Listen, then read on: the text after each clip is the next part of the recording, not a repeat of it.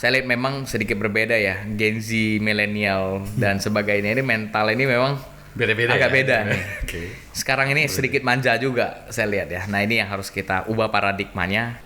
Ini era kolaborasi. Senior perlu yang muda untuk bergerak lebih cepat.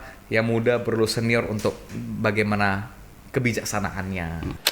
Jangan sampai industri ada di Kalimantan Selatan, industri ada di Sulawesi, tapi yang ngerjain sektor industri itu orang Jakarta. Nah, Kita menjadi bagian dari ekosistem hulu, bukan mikir ekosistem hilir aja. Oh, gue mau buka dapur, gue mau Ini kan harus dikombinkan ke depan. Nah ini teman-teman HIPMI, teman-teman anak muda harus tangkap peluang-peluang ini.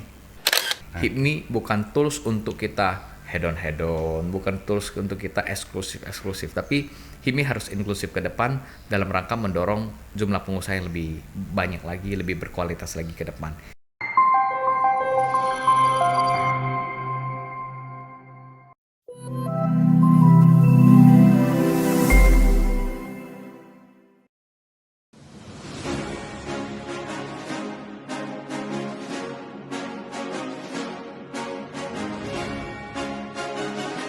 Di HIPMI, kita semua mengawali langkah dari titik yang sama.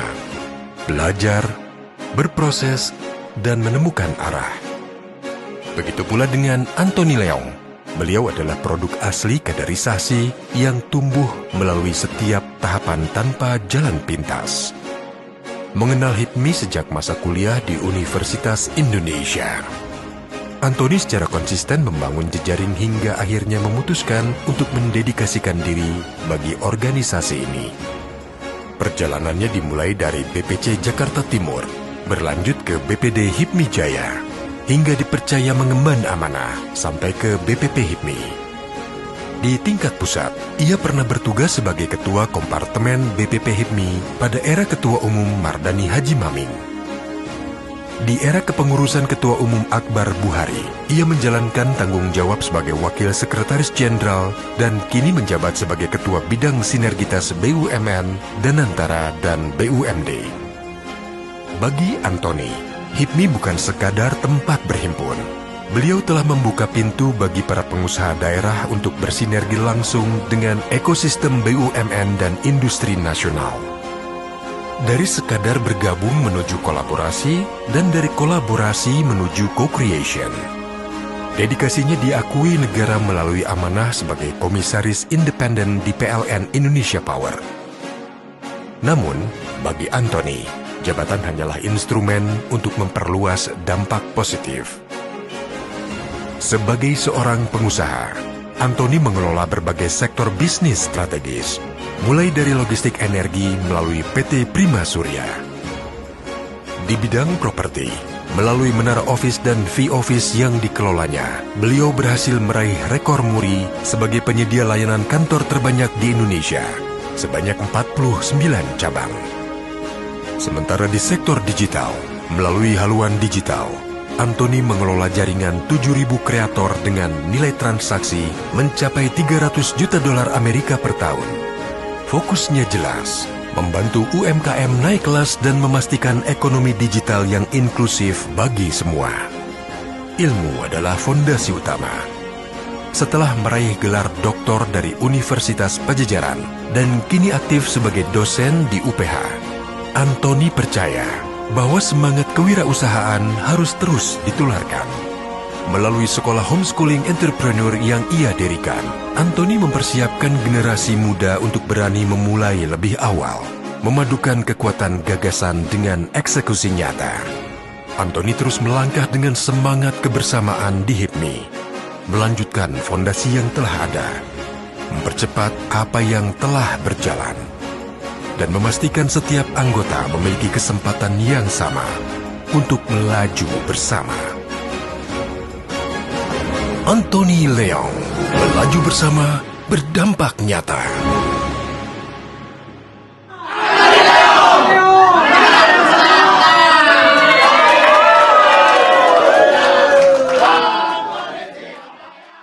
halo, assalamualaikum. Apa kabar sahabat IPOL? Kita jumpa lagi di podcast kita Bincang si IPOL.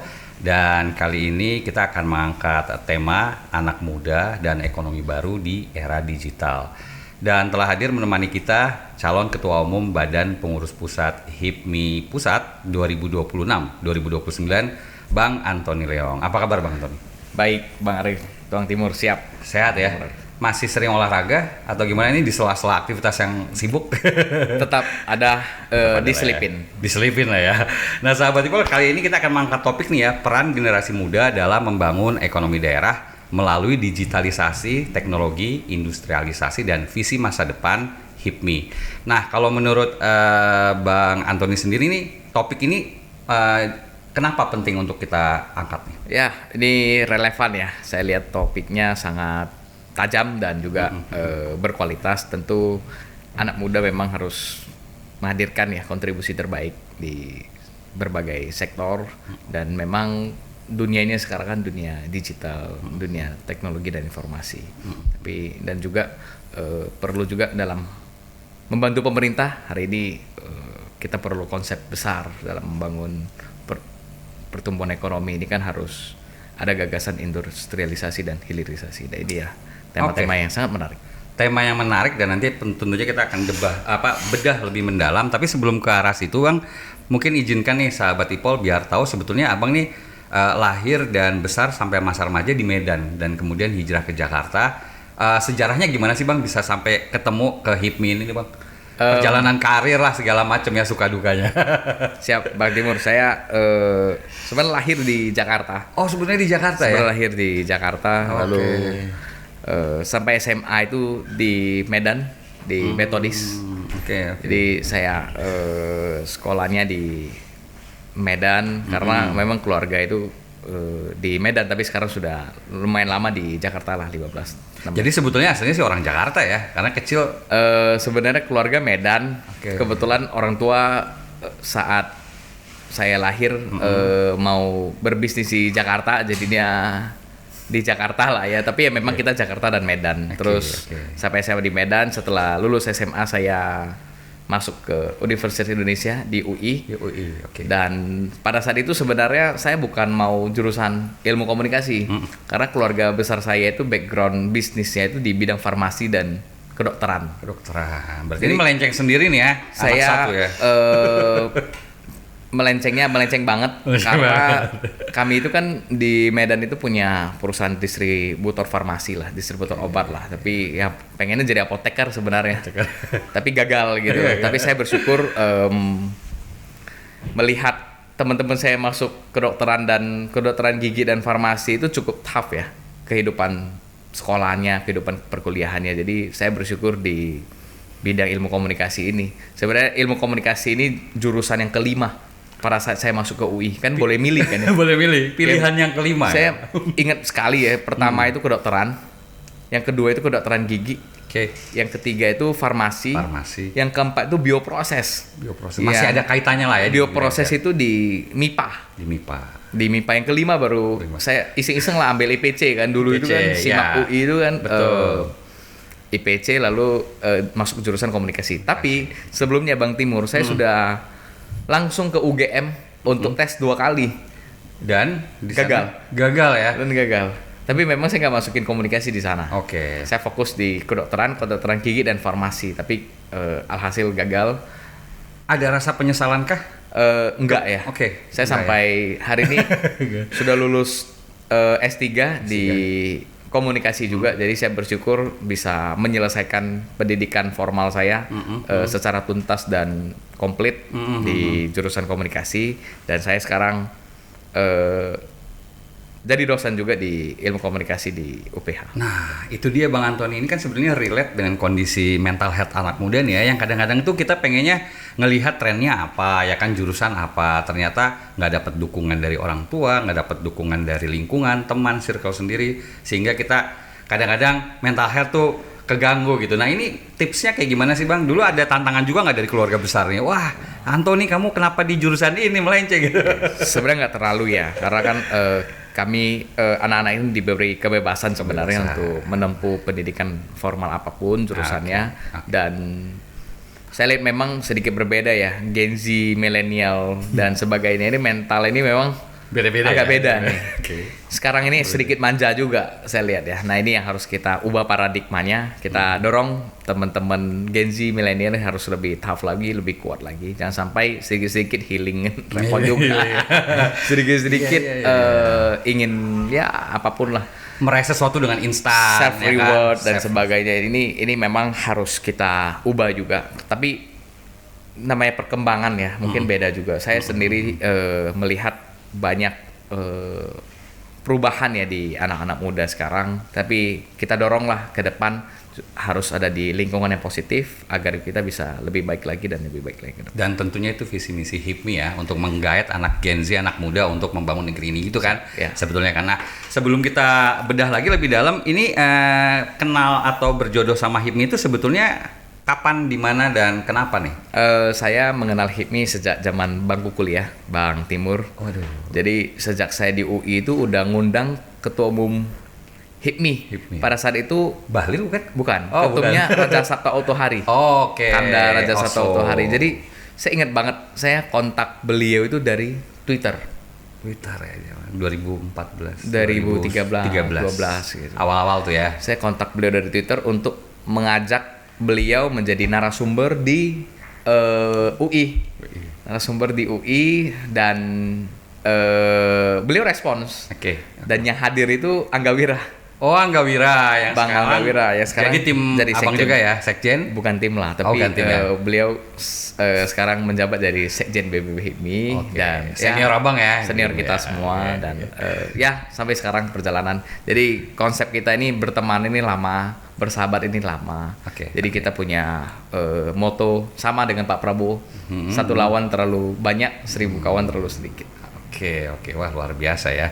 Berarti artinya memang ini kolaborasi pasti selalu dikedepankan ya. Tapi gini ya Bang ya, kan sebetulnya Abang juga saya lihat di googling tuh banyak juga berkecimpung di banyak organisasi. Apa sih yang membedakan HIPMI dengan organisasi bisnis yang lain gitu kan? Kenapa Abang tertarik gitu? HIPMI ini menurut saya sekolah non formal yang memang melebihi mungkin pendidikan di S3 dan sebagainya, karena pengalaman di HIPMI ini tidak ada di buku, Bang Timur, tidak ada di jalur akademis, tapi yang bisa mendapatkan pengalaman di HIPMI orang-orang yang memang punya integritas, punya value added, punya komitmen untuk berkontribusi untuk organisasi. Dan kita belajar banyak di HIPMI. Saya melihat banyak organisasi tapi yang memang mengakar dan juga punya konsepsi besar, punya gagasan besar, punya konsistensi itu HIPMI. HIPMI nanti 10 Juni akan di usia di 54 tahun.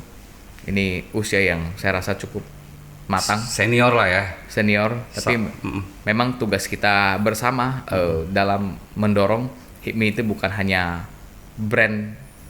brandnya aja yang kuat, brandnya aja yang besar, tapi kita perlu menghadirkan kader-kader berkualitas juga ke depan untuk ya dalam menyongsong pertumbuhan ekonomi kita ke depan, dalam melahirkan lapangan pekerjaan yang seluas-luasnya. Hari ini kita lihat pengusaha kelas menengah turun 10 Ini juta ya BPS. tugas kita bersama untuk bagaimana mendorong pengusaha kelas menengah yang bisa spending, yang bisa growth ini kan kelas menengah kan, yang bisa mendorong pertumbuhan ini kan dari kelas menengah. Nggak mungkin kita berharap dari mikro semua. Ini yang tugas kita bersama untuk mendorong bagaimana lahirnya pengusaha kelas menengah baru ke depan. Jadi tantangan ya, Ya. itu sebetulnya. Oke.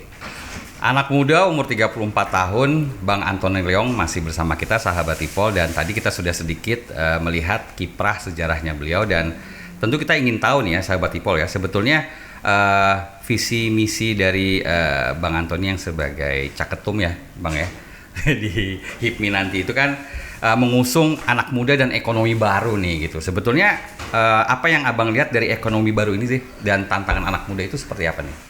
Kita melihat ya hari ini HIPMI harus relevan, harus menghadirkan dampak nyata untuk sahabat-sahabat semuanya di HIPMI. Karena HIPMI ini kan jumlah kader makin banyak. Tentu jangan sampai yang menikmati keunggulan dari HIPMI ini hanya segelintir elit di HIPMI, tapi kita perlu menghadirkan dampak ataupun value untuk badan pengurus cabang, badan pengurus daerah HIPMI seluruh Indonesia. Dan ini tugas kita bersama dan komitmen kita dalam mendorong kebermanfaatan itu untuk anggota-anggota HIPMI. HIPMI dengan kondisi yang sekarang banyak senior-senior di pemerintahan, banyak senior juga ada di jajaran direksi dan komisaris BUMN. Tapi kan harus kita formalkan bagaimana anak-anak daerah, bagaimana teman-teman HIMI di daerah juga bisa merasakan manfaatnya. Tentu dengan kalau bikin acara formal ini kan sedikit orang yang bisa terlibat. Nah, itu perlu keterlibatan teknologi dan informasi agar mantan ketua umum yang memang luar biasa karirnya, bisnisnya di government juga. Dan ini kan harus bisa memberikan value untuk teman-teman yang ada di Papua, teman-teman yang ada di Sulawesi dan sebagainya. Ini yang harus kita hadirkan bersama ke depan, bagaimana teman-teman di daerah ini merasakan dampak, manfaat. Nah, ke depan tentu kita harus sejalan dengan apa yang menjadi dicanangkan program dari pemerintah Bapak Presiden terkait misalkan Indonesia Incorporated. Kami sangat mendukung gagasan tersebut karena kita harus saling terkoneksi antara pemerintah dan pengusaha. Dan ini nggak bisa jalan sendiri-sendiri. Tentu ini menjadi value kita ke depan dalam menjadi bagian dari mitra strategis pemerintah ke depan juga. Oke, tadi Abang kan udah ceritakan bagaimana pentingnya kolaborasi ya kan, dan banyak senior juga yang butuhnya, yang tentunya kita butuh ya pengalaman mereka, kemudian pengalaman berorganisasi, membangun negeri. Tapi kan di situ juga ada tadi ya anak muda, generasi muda yang katanya pemerintah ini kita sedang berada dalam fase bonus demografi nih. Bagaimana seorang Anthony Leong menggait anak muda ini dan tantangan ke depan untuk anak muda ini seperti apa?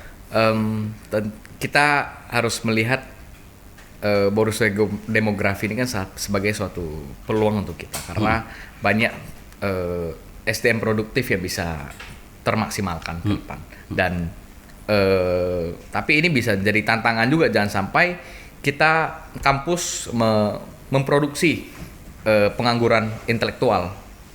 Nah, ini kan harus ada dipikirkan strateginya. Yang lulus S1 ini kan makin banyak ya, makin dan banyak. Penganggurannya juga makin banyak. Yang sekarang fenomena yang baru adalah lulusan S2 tapi nganggur juga ada. Betul. Nah, ini kan harus dipikirkan. Pemerintah, pengusaha seperti organisasi HIPMI, civil society lainnya kan harus memikirkan bagaimana gagasan entrepreneurship ini ditanamkan di kampus-kampus sejak dini. Nah, kami mendorong ke depan, saya berkomitmen untuk bagaimana melahirkan ke depan ada undang-undang kewirausahaan nasional. Di dalamnya tentunya perlu ada perizinan, yang kemudahan perizinan terkait kita masuk ke dalam sektor energi menjadi bagian dari mitra strategis pemerintah. Yang terakhir ini adalah kurikulum nasional yang harus masuk menjadi bagian adalah kurikulum entrepreneurship, kurikulum pengusaha, kurikulum bisnis. Ini kan yang harus menjadi bagian dari ekosistem ke depan. Karena kan kita ingin tanamkan mindset entrepreneur ini dari sejak zaman bangku kuliah, sejak zaman bangku SMA, agar seperti kata Pak Presiden Prabowo, jangan sampai kita mikirnya mau comfort, mau kenyamanan aja masuk ke ASN. Memang ASN ini nyaman, tapi kita terperangkap dalam satu sistem kan. Terperangkapnya dalam artian kita nyaman, gajian, dapat gaji dan sebagainya. Nah, ini harus ada challenge juga ke depan bagaimana kita bisa lahirkan pengusaha yang lebih banyak lagi ke depan. Nah, ini tugas kita bersama, tugas HIPMI. Tugas HIPMI dan tugas kita semua. Dan memang ciri khas negara maju pun entrepreneurnya juga minimal 2% ya. Intinya harus banyak gitu ya, Bang ya. Ya, dan kalau saya jadi ingat ya Bang ya, di TikTok, di media sosial itu kita melihat kayaknya generasi saya dulu nih punya orang tua, investasi di pendidikan itu penting dan memang bisa mengubah hidup keluarga secara ekonomi. Tapi kalau sekarang itu memang betul Bang, kayaknya sekarang selain pendidikan, investasi, itu juga anak sedari dini harus dikenalkan yang namanya ilmu mencari uang. Betul kan Bang ya? Dan itu selaras tadi Bang Anthony bilang entrepreneur harus diutamakan. Nah, masalahnya gini Bang, sekarang anak muda itu kan identik dengan media sosial, dengan digital lifestyle gitu ya. Menurut Abang ini sebuah kekuatan atau bagaimana Bang? Ya, saya rasa ini satu kekuatan. Sekarang kan era kita menempuh pendidikan, mengetahui informasi ini kan nggak harus dari bangku kuliah, bangku sekolah. Sekarang eranya digital, era teknologi, era AI. Saya sendiri, Bang Timur, salah satu bisnis kami adalah bergerak di bidang social commerce. Kami punya TikTok dan Shopee agency yang terkait, yang jual keranjang kuning itu loh di TikTok. Nah, itu kami mengelola ribuan konten kreator dan transaksinya luar biasa. Ada yang di Surabaya jual pakaian dalam itu bisa miliaran, ada yang jual parfum bisa ratusan juta. Ini kan mendorong UMKM terus bertumbuh dengan cara-cara baru penjualannya, bukan lagi membuka toko, bukan lagi membuka kios di mall, bukan lagi mencari ruko dan sebagainya. Ini kan kita sangat relevan dengan perkembangan teknologi dan informasi, dan sekarang orang yang mengakses itu cukup besar dan transaksi kita lumayan. Setahun bisa. Ya, jadi ini sahabat Tipol yang punya produk jasa bisa juga ya bisa pakai dong. perusahaan bisa. Kami siap membantu. Dan itu kan ada 3 pihak ya, dari pihak produk, pihak agensi, dan juga pihak TikTok dan sebagainya. Dan ini multi parties yang memang saling memberikan kebermanfaatan dan keunggulan. Itu yang ingin kita lakukan ya sama Bang Antoni. Nah, tadi Bang Antoni juga udah singgung terkait dengan kita harus kolaborasi di daerah karena potensi daerah juga besar dan daerah pun banyak yang perlu kita garap ya. Kalau menurut Bang Antoni sendiri apa nih kurangnya daerah dalam menggarap potensi itu dan peran anak muda di situ yang melek digital seperti apa, Bang? Dengan kondisi daerah sekarang saya melihat perlu adanya kolaborasi dengan stakeholder di daerah, stakeholder di nasional. Karena jangan sampai industri ada di Kalimantan Selatan, industri ada di Sulawesi, tapi yang ngerjain sektor industri itu orang Jakarta. Nah, pusat saya orang Jakarta, tapi saya tidak rela kalau bisnis ataupun industri di daerah tersebut itu dieksplor ataupun digali, dikerjakan sama orang Jakarta. Nah, ini nggak ada namanya pemerataan di sini. Pemerataan alih teknologi, pemerataan ekonomi. Nggak ada namanya distribusi kesejahteraan, nggak ada distribution of wealth. Kita kan HIPMI harus menjadi bagian yang membantu pemerintah Pak Presiden Prabowo dalam menghadirkan, mengimplementasikan pasal 33, yaitu usaha bersama, kolaborasi dan sebagainya. Ini harus kita dorong ke depan, jangan sampai daerah jadi penonton. Nah, kita berkomitmen ke depan dalam HIPMI, pengurus HIPMI pusat harus melibatkan teman-teman di daerah. Di daerah, dan tentunya anak muda ya Bang ya. Soalnya kalau kita lihat nih ya sahabat Tipol banyak banget ya anak-anak muda itu kadang-kadang kontennya tentang healing di daerah ya kan, yang tadinya nggak terkenal, daerah wisata itu jadi rame gitu. Sebetulnya bisa kita get juga ya Bang ya untuk menggali potensi daerah ya anak muda ya. Ya sekarang kan untuk memperkenalkan satu daerah, satu pariwisata, satu titik apa namanya, tempat pariwisata yang asik ini kan sebenarnya gampang sekali ya sekarang dengan kehadiran media sosial ya, TikTok lah ya, kita bicara khususnya TikTok dan Instagram ini menurut saya fenomena yang sangat mudah untuk memperkenalkan sesuatu. Jadi ya harus kita manfaatkan itu dengan baik. Tapi kita dorong ke depan juga bagaimana kampanye ataupun bagaimana isi sosial media ini ya harus positif. Jangan mencela, jangan mencaci maki dan sebagainya. Hate speech. Ini kan harus kita kebencian. Kurangi lah ya, karena nggak semua masyarakat kan melek.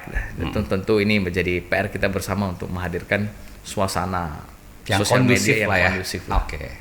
Sahabat Tipol, anak muda sekarang Gen Z identik dengan digital lifestyle dan juga kreativitas nih. Dan saya dengar-dengar nih kemarin beberapa waktu yang lalu Bang Antoni Leong dalam kampanyenya ya menyebut-nyebut sesuatu terkait dengan Creative and Production Hub serta Youth Development Bank. Bisa diceritain nggak Bang? Ya, pada saat debat saya menyampaikan beberapa gagasan kami. Mudah-mudahan ini bisa diterima di Badan Pengurus Daerah HIPMI, karena yang nanti akan memilih kami ini kan di Badan Pengurus Daerah Bang Timur. Jadi saya sebelum ditetapkan menjadi calon itu saya sudah keliling 30 provinsi. Saya berjalan 8 bulan, saya menyapa, bersilaturahim, mengenal dekat dengan sahabat-sahabat HIPMI se-Nusantara. Saya melihat memang banyak terkendala akses permodalan. Banyak teman-teman HIPMI memang butuh semua komitmen untuk kerja. Ada yang juga punya modal, punya capital, tapi terkendala di akses networking. Nah, kita harus ke depan menghadirkan link and match itu. Dan kami melihat ya, untuk melahirkan pengusaha-pengusaha baru, pengusaha-pengusaha pemula itu memang perlu langkah terobosan yang komprehensif. Salah satunya Youth Development Bank ini kita dorong ke depan bagaimana pembiayaan pengusaha pemula ini dari feasibility studies. Nah, dari FS, dari kajian, jangan mau bagaimana pengusaha pemula udah punya aset kan nggak mungkin Nggak gitu mungkin. loh. Dari nol mereka. Sampai kalau kata Pak Bahlil ini ayam tumbuh gigi ya itu juga nggak akan ada gitu loh. Mau gimana orang baru merintis punya aset, punya anggunan. Nah, harus kita pikirkan ke depan bagaimana visibility studies itu, tapi tentu dengan pengawasan yang ketat, tentu dengan penilaian yang komprehensif. Ini yang harus kita dorong agar bank dalam mendorong melahirkan pengusaha pemula ini bisa sustain. Salah satunya program ini saya melihat bisa jadi jawaban ya, karena kan kita mau lahirkan pengusaha ya tentu perlu pikirkan pembiayaan. Tapi memang nggak semua bisnis harus pembiayaan dari bank. Pembiayaan dari yang tadi Youth Development Bank. Ada juga namanya IMF Fund. IMF Fund. Apa Istri, mertua, family. Oke. Fund. Keluarga sendiri ya. Jadi ini yang harus kita kedepankan juga. Oke. Karena kalau bank ini kan tentu perlu ada bunga yang kompetitif. Meskipun itu nanti kita dorong bunga yang kompetitif, tapi ada terkendala di sana. Kalau IMF Fund ini kan cenderung lebih agile dan fleksibel. Betul. Jadi, lebih kapanpun lo mau, gua ada deh. Ya, jadi saya rasa ini bisa jadi salah satu solusi juga untuk teman-teman yang ingin bermulai pengusaha. Dan kami dorong ke depan kan terkait HIPMI Strategic Hub, HIPMI Creative Hub. Ke depan ya kita harus mendorong bagaimana kantor permanen untuk HIPMI. Bagaimana HIPMI bisa menjadi lokomotif, HIPMI bisa menjadi wadah, jadi mesin dalam menghadirkan kolaborasi ini kan kita harus ada wadahnya. Dan salah satunya kami dorong HIPMI Creative Hub, HIPMI Production Hub dan sebagainya. Ini bisa menjadi corong untuk teman-teman pengusaha daerah bisa bertumbuh melaju dalam ekosistem HIPMI. Sejauh ini tanggapan respon dari pihak-pihak yang terkait tadi Bang, Creative Production Hub dan Youth Development Bank itu seperti apa? Kan soalnya ini ada juga pihak perbankan di sini, kemudian mungkin ya dari pemerintah juga mungkin ada di sini. Tanggapannya gimana Bang responnya? Ya kalau nanti kita terpilih kan pastinya kita berdiskusi dengan pemerintah dan DPR. Dalam hal ini mungkin kita perlu menghadirkan undang-undang kewirausahaan nasional tadi ya untuk menjadi payung kita bersama. Dan terkait Youth Development Bank kita pikirkan nanti misalkan dengan Bank Himbara. Bagaimana memikirkan ada divisi tersendiri misalnya. Kan kita bisa kolaborasi dengan mereka. Tapi sementara ini gagasan ini cukup diterima dengan baik di stakeholder terkait, dan waktu di debat kemarin ada panelis yang menyampaikan bahwa gagasan ini original mereka ya? apresiasi banget dan mudah-mudahan ini bisa diterima, karena ini kan saya yakin kalau Pak Presiden mendengar gagasan-gagasan di HIPMI pasti sebisa mungkin bisa diimplementasikan. Mudah-mudahan ini bisa tersalurkan kepada pemerintah dan Bapak Presiden dalam rangka melahirkan jumlah pengusaha baru yang lebih banyak lagi dan berkualitas ke depan. Dan tentunya sangat diapresiasi pasti oleh anak-anak Gen Z ya, karena kan memang saat ini pemerintah juga sedang dalam kesulitan ya menciptakan lapangan pekerjaan ya, tantangan lah ya, dan mereka lebih banyak jatuh di bidang informal, kewirausahaan. Jadi masalah Youth Development Bank ini pasti animonya akan tinggi nih Bang gitu. Dan masalahnya nih Bang ya, kalau anak muda sama sekarang itu kan mereka tuh generasi instan kita biasa sebut ya, ingin cepat kaya, ingin cepat terkenal, ingin cepat banyak dapat duit gitu ya Bang ya. Menurut Abang nih bagaimana sih membangun mental entrepreneur khususnya Gen Z nih yang punya mentalitas seperti itu Bang? Ya memang dengan kondisi anak muda sekarang ini plus minus ya. Plusnya mereka cepat berpikir, cepat ingin ya kreatif seperti kata juga Pak ya. Timur tadi, cepat ingin mendapatkan sesuatu dengan instan. Ini bukan hal yang salah, tapi memang kadang-kadang perlu prinsip maturity, prinsip kehati-hatian, prinsip lebih terbuka dan sebagainya. Tapi kita lihat ini hal yang positif, tapi tentu anak muda perlu dikombinkan dengan bagaimana milenial tadi ataupun dewasa, orang-orang dewasa tadi senior tadi ya, senior agar semua hal itu kan perlu mentor, perlu mentoring, perlu bimbingan dan sebagainya. Dan ini menjadi jawaban juga ke depan agar teman-teman anak muda ini nggak buru-buru, lebih matang, lebih slow gitu kan. Slow ya.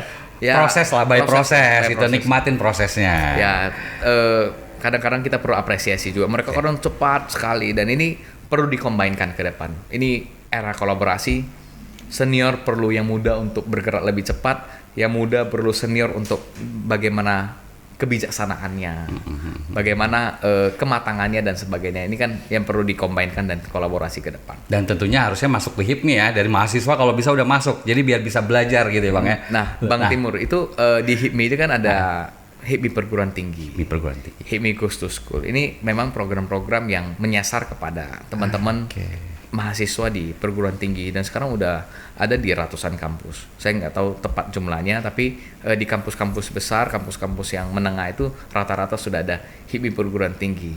Dan ini menjadi konsep besar, menjadi gagasan terbaik dalam menghadirkan entrepreneurship sejak dini di bangku kuliah. Nah, ini yang kita lakukan ke depan. Nah, perlu ke depan ekosistem yang lebih baik lagi, misalkan antara Badan Pengurus Pusat, Badan Pengurus Daerah, Badan Pengurus Cabang, dan juga sampai HIPMI perguruan tinggi perlu dikolaborasikan dengan baik. Forum komunikasinya perlu dimatangkan lagi, perlu agar program-program yang sangat baik di HIPMI Pusat bisa tersalurkan di kader-kader HIPMI di daerah.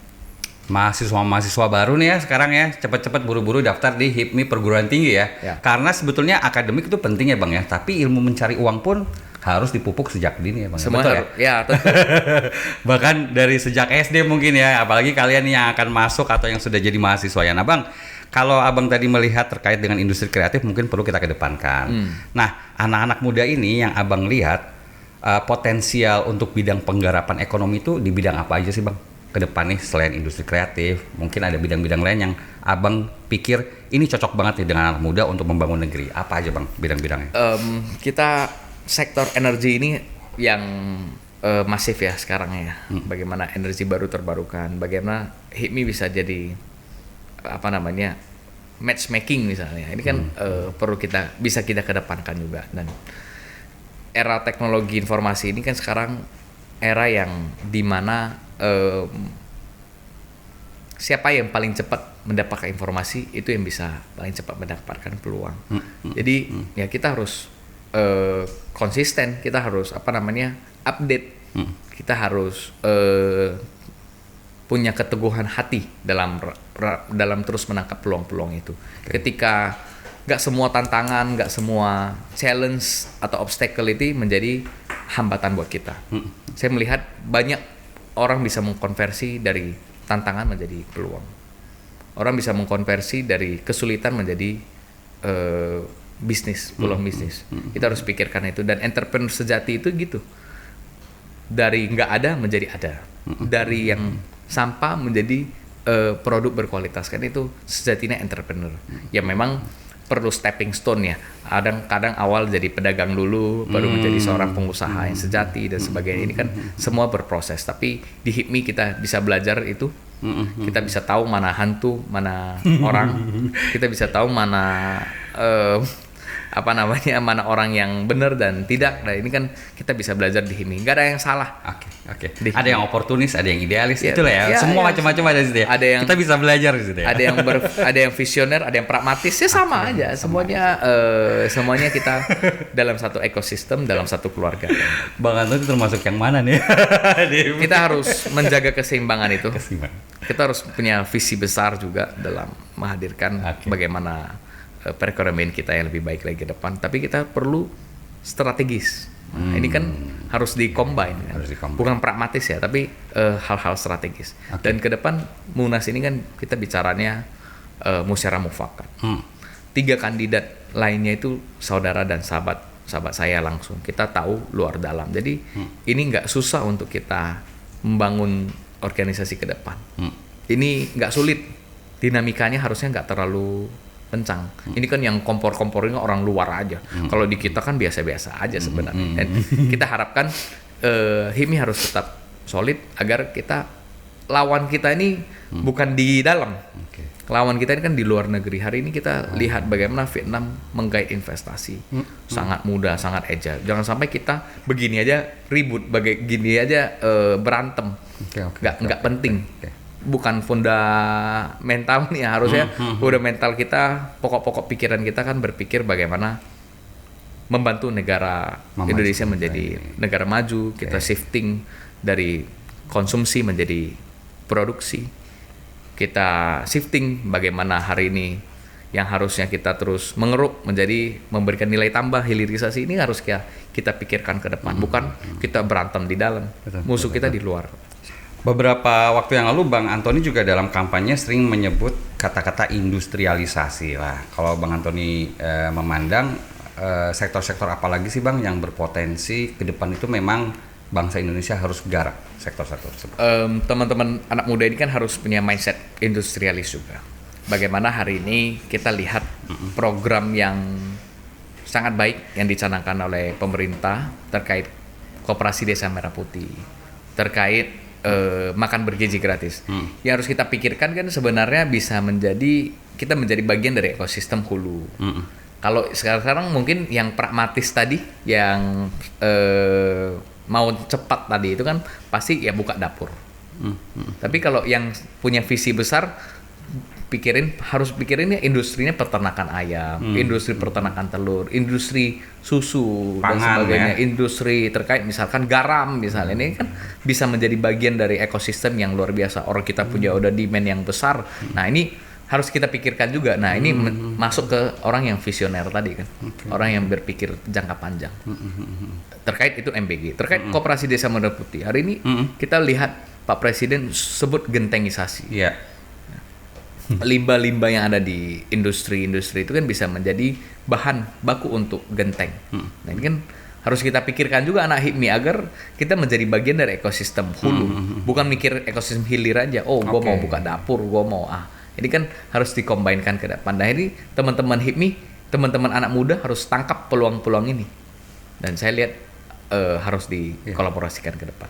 Dan pasarnya pun juga jangan menyasar Indonesia aja, tentunya juga kita harus mampu bermain di tingkat global gitu ya Bang ya? Tentu ini bisa jadi market ke depan kan makin besar, makin luas, apalagi di dinamika perang global dan sebagainya, ini kan bisa menjadi satu peluang juga ke depan. Oke.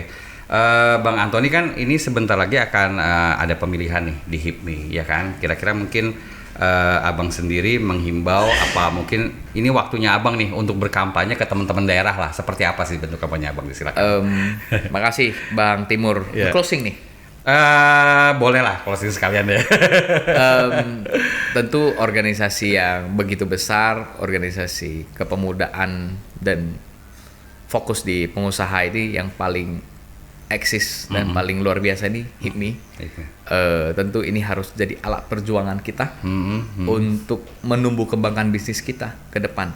HIPMI bukan tools untuk kita head on, bukan tools untuk kita eksklusif, tapi HIPMI harus inklusif ke depan dalam rangka mendorong jumlah pengusaha yang lebih banyak lagi, lebih berkualitas lagi ke depan. Kita harus menjadi bagian dari yang menghadirkan distribusi kesejahteraan ini, dan kita harus lahirkan pengusaha-pengusaha muda di daerah ini harus naik kelas. Kita jumlah banyak kader, tapi kalau kitanya nggak growth, nggak naik kelas kan itu jadi kendala juga di kita. Saya mengutip kutipan dari Wakil Presiden Maruf Amin. Beliau menyampaikan di HIPMI ini jangan sampai kita stunting, nggak berkembang. Bukan bayi aja yang stunting, pengusaha bisa stunting juga Bang. Berarti kan ini harus relevan, ini harus menjadi bagian, HIPMI harus menjadi bagian yang memberikan dampak untuk para anggota di HIPMI seluruh Indonesia. Kita kebayang Bang Timur, ada 38 provinsi yang sudah ada HIPMI. Sampai Papua Pegunungan, Papua Selatan, Papua Barat Daya, Papua Tengah itu sekarang udah ada HIPMI. Artinya kan HIPMI mengakar. Dan ke depan perlu kolaborasi, perlu sinergi yang baik dalam ekosistem yang sangat luar biasa ini. Ketika kita bisa menghadirkan value untuk HIPMI, pasti kita dapat manfaat. Ketika kita memberikan kontribusi terbaik, pasti kita mendapatkan manfaat terbaik juga di HIPMI. Kalau membentuk partai kayaknya sudah aman tuh ya semuanya HIPMI ya.